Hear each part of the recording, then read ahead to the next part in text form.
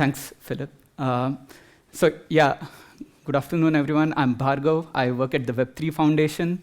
And today I'll be talking about a new technique called random sampling and how can we build trustless and efficient bridges using this technique. So this is joint work with Alistair Stewart and Fatima Shirazi, both from the Web3 Foundation. Right, so let's get started, right? So at the foundation, we have this guiding principle that we call like less trust, more truth. And this is something that is going to be motivation for most of the work that I will be presenting in this talk, right? So you trust less and less and verify more and more.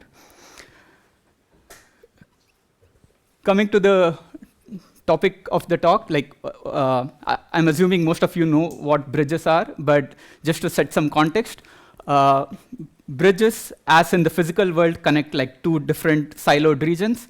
It's the same in the blockchain world also, right? So they are basically protocols which allow an infrastructure layer which allows interoperability between two technically diverse and independent chains.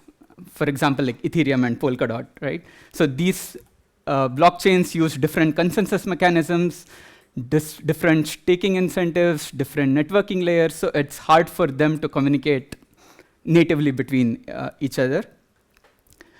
And what I really mean by bridges here is that like both the source and target chains have like some kind of state, and what you want is that each of the chains to fetch and believe the state of the other chain, right? So whatever the latest finalized state is on the other chain, you want to like fetch it and like believe that it is actually true.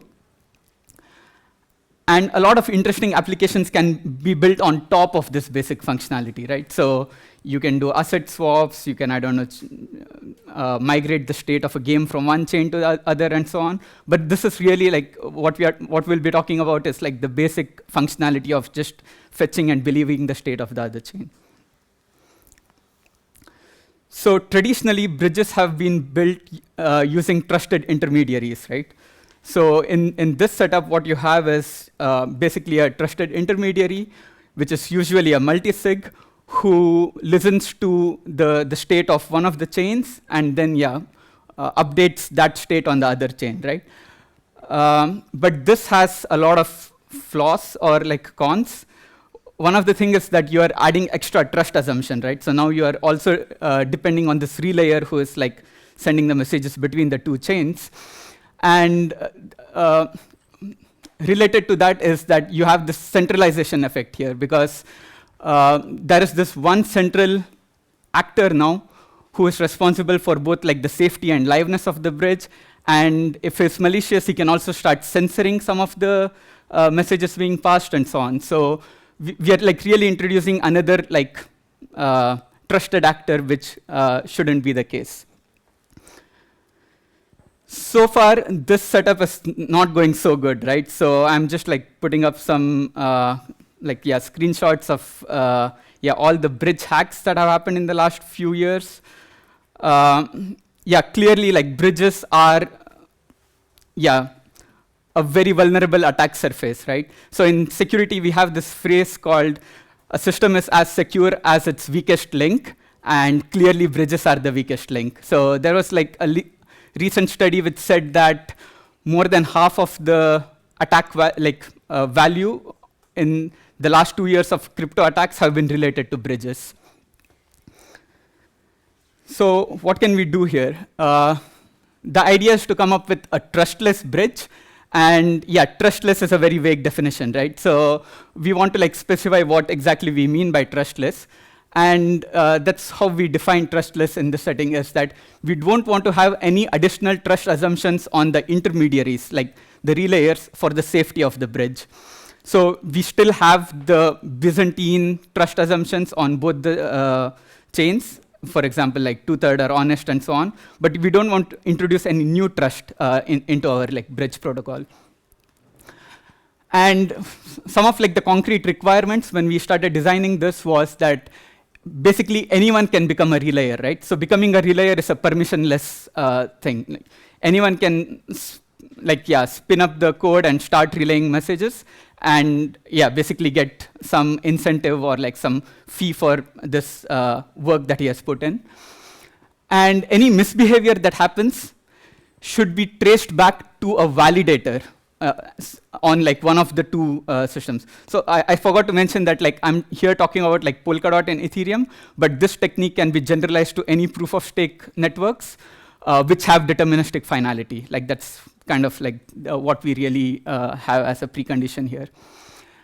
Yeah, the idea is that yeah, you would want to trace back any misbehavior to the validators who already have stake in the system, right? And not shoot the messenger. So the relayers are just like passing the messages between the chains. So if something goes wrong, yeah, we don't want to have them put a stake and so on and like complicate the process. So typically, the approach that people take when they want to have like a trustless bridge is light clients, right? So light clients are basically, yeah, pieces of software which can follow the finality of a chain without like really like producing or executing the blocks themselves. So it's like you know what the latest state of a chain is. And the idea here is that, yeah, you embed an on-chain light client of Polkadot on Ethereum as a smart contract and have a on-chain like light client of Ethereum running as a parachain on Polkadot, right? And they both keep listening to the finality in both directions. So here, like when I say light clients can like verify a finalized state, they have enough information to like really check the validity of the state without having any trust on the on the relayers who are like giving them the messages. Right. So and relayers are basically these like trustless actors which relay these messages, like the finality messages between the two chains, and collect fees for the work that they're putting in. So let's focus on one of these directions. So basically like Polkadot to Ethereum. So the idea here is that, yeah, we want to listen to the finality that is happening on Polkadot by running a smart contract on Ethereum, and which keeps updating the latest state of Polkadot on its own like state. So the challenge over here is that running a light client smart contract is very expensive on Ethereum.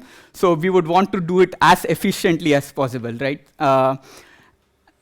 I will get to the numbers in a bit, and this is where our like contribution comes in. So we have a protocol called BFI, which stands for Bridge Extension Enabling Finality Yielder. That's definitely a acronym, and it has like two components, right? So what we do is we add another additional layer of finality on Polkadot, which makes it easier for the light client, so that it has to do less computation to verify the finality. And the other is this protocol called random sampling, which is an interactive protocol between Polkadot and Ethereum, which reduces the cost while still retaining the security. So let me just describe a strawman protocol, right? So here I'm kind of presenting a message sequence chart. So let's say a block is finalized on Polkadot. Polkadot has like 300 validators. So we say a block is finalized if 201 of them, so like 2/3 plus 1, put their signature on a finalized block, right? And we want this to be verified by the smart contract on Ethereum. The most naive way of doing it would be that the relayer like literally submits all these 201 signatures to Ethereum, and then Ethereum, the smart contract on Ethereum like verifies all these 201 signatures. But the problem here is that this is super expensive, right? Like verifying these signatures are extremely expensive. So the idea is like, how can we make this more efficient, right? The basic idea is that now, let's say the block is finalized and you have like these 201 signatures behind that block, like the validators have signed it. But what the relayer does now is that he doesn't send all those 201 signatures, but he just claims that he claims that he has those signatures, right? So he just makes a commitment saying that, hey, I have these 201 signatures. And now on the target chain, like on Ethereum, what you do is you use some kind of randomness, like on-chain randomness. We use like RANDAO, which is a randomness beacon, which gets produced every single block on Ethereum. And the light client now randomly selects a bunch of signatures. So it says like, okay, you claim you have 201 signatures, give me the 5th, 15th, 101st, 150th. So it just like randomly asks it to like produce the signature of just a select M. So this is basically our security parameter here. So a select M subset of signatures which the relayer claimed to have. And then like, yeah, the relayer gathers exactly these signatures which had been asked for. It cannot change it because it had already committed to basically a bit vector saying that which are the signatures it claimed to have. And then the light client only verifies these M signatures, right? So you can realize that this is basically a probabilistically sound protocol because the chances of the light client being duped on a malicious block is basically going to be 1 by 2 to the power M here. So the more number of signatures it randomly queries, the more sure it is going to be that the block that it got is actually finalized, like all the signatures were valid and not like malicious signatures. So basically, yeah, this M is like the security parameter of this whole protocol. And then the question clearly arises as like, how do you set this M, right? Like it's basically a trade-off. This security parameter is a trade-off which regulates like the security and efficiency. You don't want to query too many signatures because it's expensive, but not too less as well because then you are like playing with the soundness of the protocol. And the idea is that we assume that any attacker is rational, like so he has an economic incentive. And the way we derive the security parameter is through a cryptoeconomic argument. So basically what we what we expect, what we claim is that any rational adversary would only start attacking if his expected outcome of launching an attack is positive, right?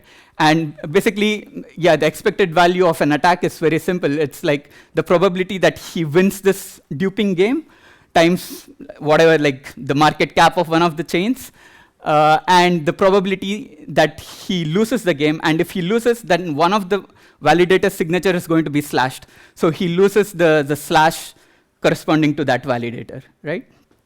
And yeah, so with this, you can kind of like derive the security parameter and how many signatures that you want to check. But I kind of like describe this in a very high-level abstract way. But there are a few complications which I would want to like talk a bit more about.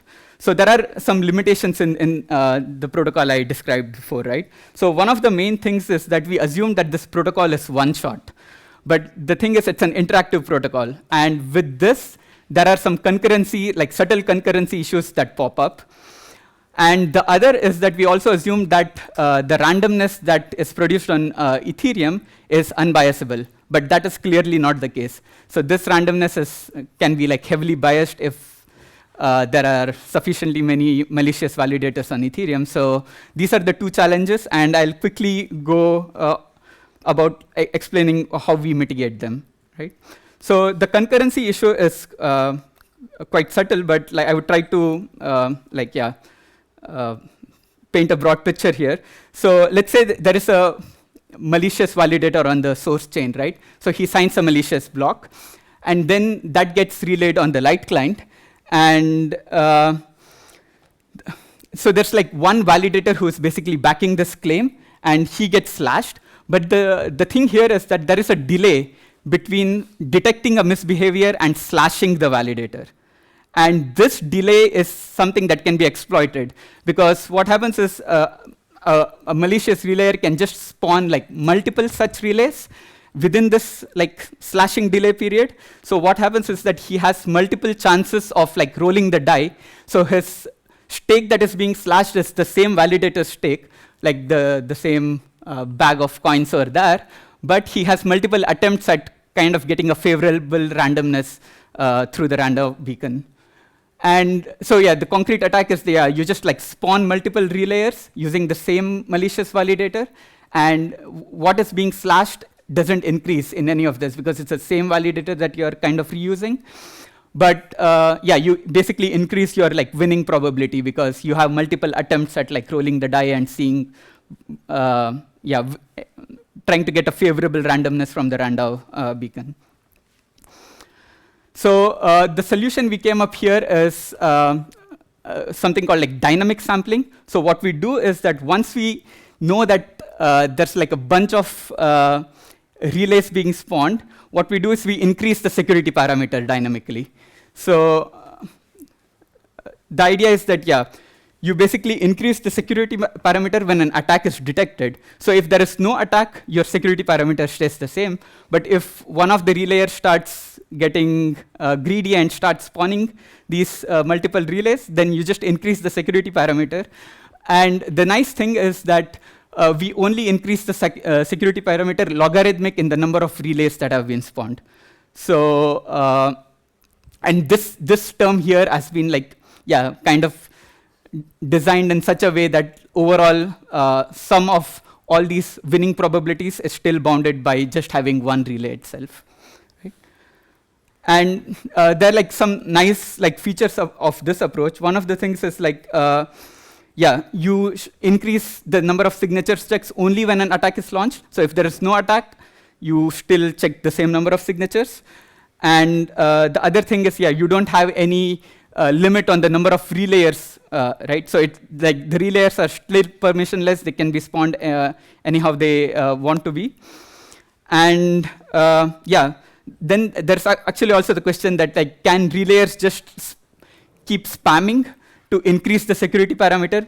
Basically, like, yeah, spend some money and like grief the network.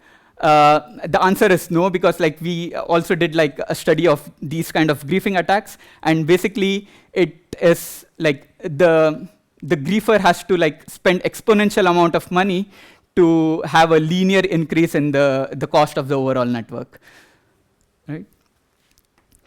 So that was like the concurrency issue. The second issue is the RANDAO biasability, right? So remember, like I mentioned that like the smart contract on Ethereum draws its randomness from this RANDAO beacon.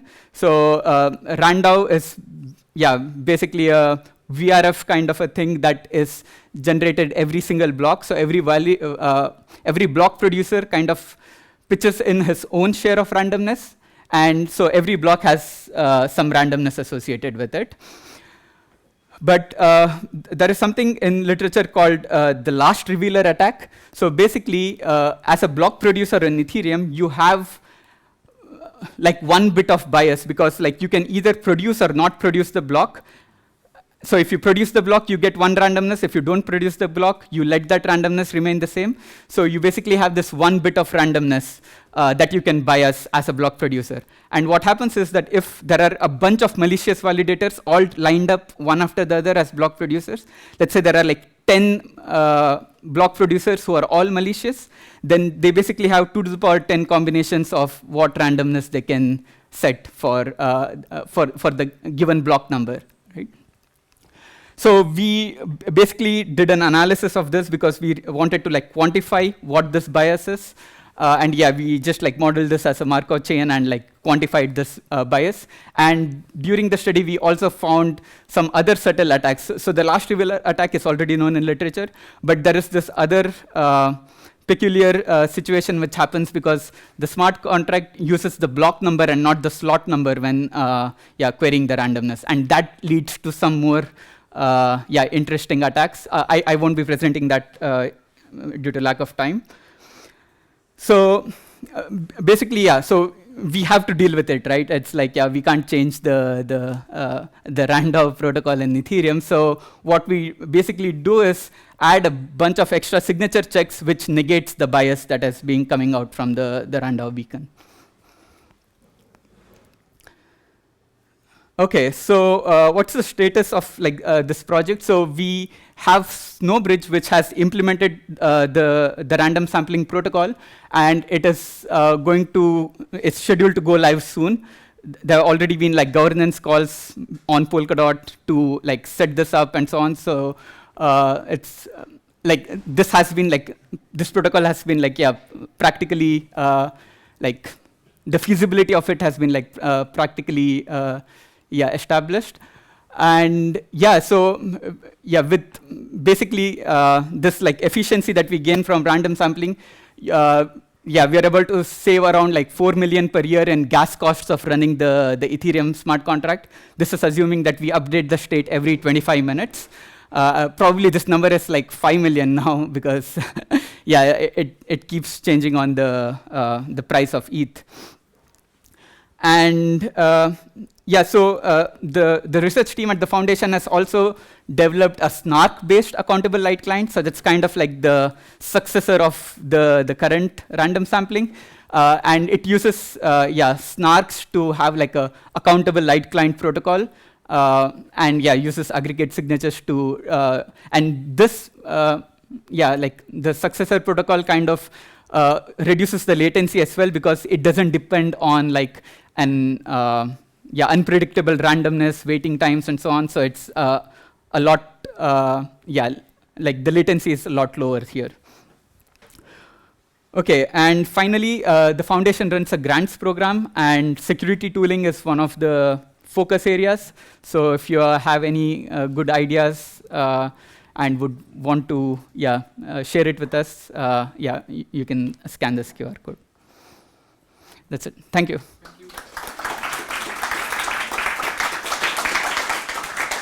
Thank you very much for the great talk. Are there any questions from the audience? Over there, I see in the back. Thank you for the talk. I have two questions related to the economic security of the protocol. You wrote at some point that the relayer is not slashed, but I don't understand how that would work because the relayer can commit stuff on Ethereum, on the Ethereum smart contract. That is wrong.